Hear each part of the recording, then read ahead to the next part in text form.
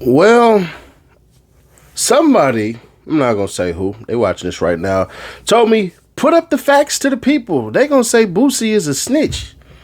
I disagree, but I want y'all to tell me what you think. Alrighty. June 13, 2023. United States District Court, Southern District of California, United States versus Torrance Hatch. Boosie, Lil Boosie, Boosie baby. Complainant, Title 18 U.S.C. Section 922 G1, felon in possession of a firearm. Now, undersigned complaint being duly sworn states, on or about May 6, 2023, within the Southern District of California, defendant Torrance Hatch, a.k.a. Boosie, a.k.a. Lil Boosie, a.k.a. Boosie Badazz, and knowing his status as a convicted felon, that is, a person having been previously convicted of a crime punishable by imprisonment for a term exceeding 1 year, did knowingly possess a firearm that traveled in and affected interstate commerce, to wit, a Glock 19 pistol bearing serial number BXPZ813, loaded with 10 9mm caliber rounds of ammunition.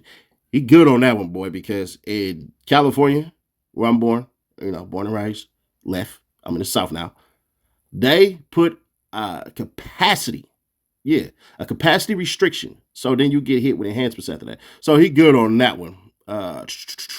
In violation of Title 18 United States Code Section 922 G1, the complainant states that this complaint is based on the attached probable cause statement, which is incorporated herein reference. Amanda Renteria, Special Agent, Bureau of Alcohol, Tobacco, Firearms, and Explosives. Y'all know them better yet as the ATF. Sworn and attested to by the applicant in accordance with the requirements of Fed R. Crim P 4.1 by telephone on this blank day of June. The 13th day of June to be exact. David Leshner, United States Magistrate Judge. Probable cause statement. On May 6, 2023, a San Diego Police Department SDPD officer in an undercover capacity was conducting intelligence gathering while using the social media platform of Instagram. KP2, market made. The officer identified the user of the Instagram handle KP2 underscore market made as AD, who is a known neighborhood Crip gang member. The Instagram handle post did a story of an unidentified male wearing red pants and white t-shirt filming a music video and what appeared to be a backyard of a residence. Unidentified male had a black handgun tucked in his back waistband of his pants. See, figure 1. And this is figure 1. And as you can see, that right there is the strap, allegedly. So he tagged Boosie, figure 2. An Instagram user profile was tagged in the story of KP2, market made, utilizing the Instagram handle of Mama He Live Again 2.0. Upon review of the profile, Mama He Live Again 2.0, the officer recognized the male as Lil Boosie, or Boosie Badazz, later identified as Torrance Hatch. At the time of the review, Mama He Live Again 2.0 had a live story currently taking place. The officer watched and recorded the live story. While watching the live story, the officer observed the 49th Street sign in the background, see figure 2, and heard an unknown male exclaim that they were live on the streets of San Diego. So here you go right here. They in the hood, bro. I was informed by SDPD officer that the area between 49th Street and Guyman Street in San Diego, California, is associated with the neighborhood Crip criminal street gang. Following the review of Instagram profiles, the SDPD officer requested Airborne Law Enforcement Unit, ABLE, to fly over the area of 4900 Guyman Street. The SDPD officer provided a description of Hatch and informed ABLE he was seen in a video with a black handgun in his back waistband. Approximately 3:10 p.m., based upon a description provided by the SDPD officer, officers in ABLE located Hatch in the area of 49th and Guyman Street. ABLE observed Hatch enter the rear passenger seat of a black Mercedes SUV bearing license plate number 8NGG925.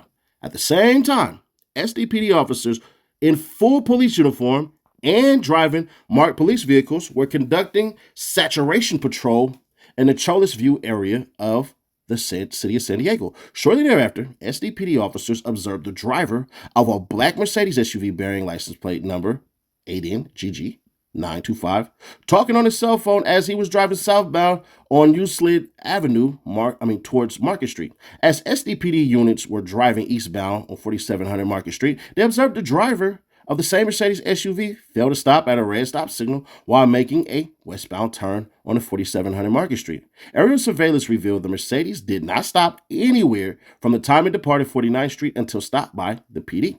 SDPD officers attempted to conduct a traffic stop on the black Mercedes SUV, but the vehicle failed to yield and continue westbound on Market Street. The vehicle continued to drive slowly westbound on Market Street for approximately 1 block before coming to a complete stop. Prior to the vehicle coming to a complete stop, SDPD officers observed the rear passenger occupants' heads moving side to side. I was informed by the SDPD officers that in their experience, when individuals who continue to drive at a slow rate of speed while police are attempting to conduct a traffic stop may be attempting to conceal firearms or illegal contraband. After the Mercedes finally yielded and upon approaching the vehicle, the officers observed 3 males in the vehicle. There was a driver and 2 occupants in the rear seat. The rear passenger side occupant was identified as Hatch. Hatch identified the other occupant in the rear seat as his security. So some of y'all may feel some type of way, but ain't nothing wrong with saying that's security right there. But some of y'all gonna be like, nah, man, he wasn't supposed to tell him that. Then why'd you hire him? Based on the officer's observations while attempting to pull over the Mercedes, and for safety purposes, the officer asked the occupants if there were any weapons on their persons or inside of the vehicle. Hatch claimed he did not have any weapons, but that his security guard did. Which, once again, that's what you're supposed to do. In my opinion, if y'all disagree, then y'all disagree. When asked where his weapons were located, Hatch's security guard pointed down towards the right side of his body. Officers observed the security guard had a black satchel bag worn across his upper body. Officers removed the satchel, asked the security guard to step out of the vehicle, and then placed him in handcuffs. Officers then asked Hatch and the driver to step out of the vehicle and place both Hatch and the driver in handcuffs. During a search of the black satchel worn by Hatch's security, officers located the following: a black and purple HS product model Hellcat 9mm caliber pistol bearing serial number BB329274, and a magazine containing 7 rounds of 9mm caliber ammunition inserted into the magazine well of the firearm. Officers also found 1 additional 9mm caliber ammunition chambered in the chamber of the firearm. During the search of the vehicle, officers located a loaded firearm, a black Glock Model 19 9mm pistol bearing serial number BXPZ813, and a magazine containing 9 rounds of 9mm caliber ammunition inserted into the magazine well of the firearm. Officers also found 1 additional round of 9mm caliber ammunition in the chamber of the firearm. The firearm was located on the rear passenger seat between where the security guard and Hatch were seated when officers approached the stopped Mercedes. The firearm was close proximity to all 3 individuals inside the vehicle. Furthermore, a Glock gun box was located on the rear floorboard of the rear driver's side. Officers also located a suspected marijuana joint in the center console of the vehicle. Hatch, the security guard, and driver were placed under arrest for multiple firearm violations.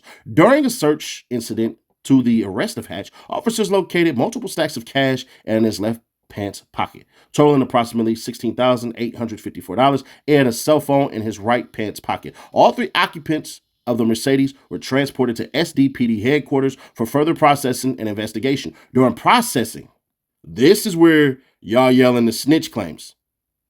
Hatch yelled at his security and asked why the security guard told the detective the gun was on the seat. SDP officers heard Hatch tell his security, "You told me they were in the bag." This statement demonstrated Hatch's knowledge of the firearms in the Mercedes. Following the arrest of Hatch, I reviewed several videos posted to YouTube regarding Hatch on the date of his arrest, including a video on the channel Hood Zone Productions. The videos were filmed prior to Hatch's arrest by SDPD. The videos consist of Hatch filming himself while smoking a suspected marijuana joint, see figures 3 and 4, as well as videos of Hatch being filmed while a firearm in his rear waistband. So you can see Boosie right here smoking it up. And some of y'all who keep on saying, no, he can't get the RDAP program, that right there just showed you. Yes, he can. But, who cares about facts? So y'all see this right here. Hatch is seen filming himself and other unidentified individuals saying, "Nightwood," repeatedly and making hand gestures toward the camera. See figure 8 and 9. Based upon my training and experience, these hand gestures are gang signs associated with specific gang affiliations. So, preliminary records checks revealed that Hatch has the following criminal history. 11/29/2011, East Baton Rouge Parish, bringing illegal contraband to and from a penal institution, criminal conspiracy to incite a felony, prison term 5 years. Then here you go right here. 11/29/2011, East Baton Rouge Parish, possession of a controlled substance with intent to distribute 8 years. The firearm bearing serial number BXPZ813 was seized and inspected. Preliminary checks revealed that the firearm was not manufactured in California. Therefore, the firearm traveled in and affected interstate commerce when it arrived in the state of California. An examination of the firearm reveals it to be the same weapon pictured in Hatch's rear waistband of his red pants as seen on Instagram and later uploaded to YouTube. In the minutes before he entered the Mercedes and was stopped by the SDPD. Let's get in. So there you have it. The facts lay bare. Here's the thing where people are pushing back against Boosie because of what he said. Now, here's where it's bad for Boosie. We just gonna be fair, square, obvious, and honest because that's what we do around here. If that security guard did not pack that strap and Boosie just brought it, Boosie forever foul. Factuals. That right there, technically that's Facebook, Instagram, Twitter, YouTube, WhatsApp, Reddit, Twitch, Rumble. That's snitching right there. Flat out. That's your gun. You set this in front of the police. You putting it on that man knowing good and damn well you the one who bought that and nobody knew about it. You panicked because you wasn't supposed to have it. You was a goofy, you was a stupid moron and a dumb idiot. If that's what happened, those are all the things I'm saying plus more. Because at the end of the day, if Boosie decided to bring a gun to San Diego with nobody's motherfreaking... How do I want to say this? With nobody's knowledge. And then all of a sudden, y'all get pulled over and they got pulled over because of Boosie. I'm not finna spare nobody on this one. The reason they got pulled over is because Boosie ass had that damn gun hanging out his backside. Yeah, that's the Crip side. Y'all remember that Snoop song? Snoop. Anyways, back to it. So, nah, bro. If that's exactly what happened, because the security guards say, hey, bruh, basically, and I haven't seen it, but basically, no, I did this, I did that, I took possession for my gun, you supposed to take that for yours. So unless Boosie basically came out and said to Buddy, like, hey, man, if you take this, and I'm not saying he did, let's go ahead and put this out, because I know Lame Moses is looking for content, and it seems like today is the day of all days, and I ain't mad at it. I appreciate it. Thank you for putting my name in your algorithm. Free promo. But if Boosie had basically an agreement that he's never going to be able to speak on, so you're never going to get confirmation from this, and I ain't talked to nobody in Boosie camp, so there's that, and I'm fairly certain, I don't know, I'm fairly certain me and Boosie ain't never going to speak, so I don't really care, but it is what it is. If Boosie pulled a BG, it's not snitching. I know what y'all gonna say. Oh, no, Nash, you can't tell the police that's somebody's gun. If I paid you to take the charges, I could say whatever. That's why you're paid to take the charges. Y'all see what happened with BG? Dude started seeing all that time and was like, hold on, bro, that money ain't no good. Nah, that's a little too much. Time, that is. So if Boosie paid the security guard essentially to take the charge, he can say whatever. That's how the rules go. I don't know who wrote the rules and said, nah, bro, you can't say that his gun under no circumstance. Then why the hell am I paying you? Why am I paying you? I don't understand.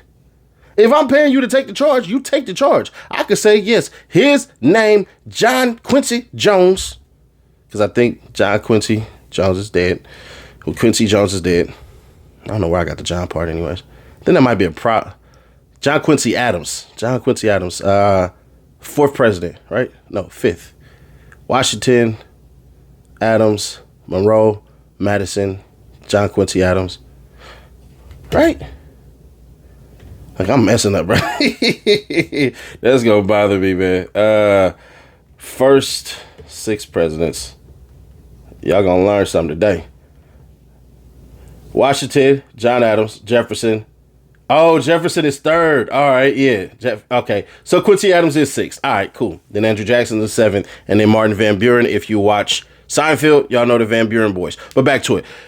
If that's what happened, then that's not snitching, bro. I could say, God damn me, John Quincy Adams did this. It is what it is. So there's that. But let's just be fair. If that didn't happen and this scenario happened, I don't know. I'm conflicted. I'm flat out conflicted, and I'm not laughing at Boosie's situation. That's just a devilish grin I have when I get to thinking like, if Boosie did not know whatever he knows and all that stuff, and just so happened to basically put that gun on that security guard. Nash, what you talking about? Explain that. So if Boosie basically had the driver, had that strap, and the driver basically put it on there, and Boosie didn't know that it actually was the driver's gun and not the security guard's, and he did that thinking that that was a security guard's gun and he looking out for himself, I don't know what to call that. I know I'm supposed to have an answer, so I ain't gonna hold you. Y'all let me know y'all thoughts on that one. There's only 1 of 3 things happen. Either Boosie real life told on that dude because he panicked, or he paid the security guard to take the rap for that, or in that same bubble, like point A, point B, or that gun was actually the security guard's, and Boosie had to do that. Like, nigga, this your gun, bro. Like, come on. Or the driver essentially set them up, and Boosie dumbass took the bait and put that gun on that security guard. Then I don't know, because I don't know who Boosie tapped into. I don't know what the driver means to him. I don't know what the security guard means to him. I don't know what Boosie means to those guys. I just don't know, because this is one of the ones I'm not going to look into, because then for all you cats like, you doing Fed work, that would be Fed work. So y'all let me know y'all thoughts on this, man. Is Boosie a snitch? Based off of what I read to y'all, what do y'all think that is? Because some of y'all would call it snitching and some of y'all wouldn't. Like, bro, if that security guard didn't want to take his own lick, then nigga, you better take that lick. I'm not taking that lick for you. You set me up. But Boosie said you can't do that, right? Or wrong?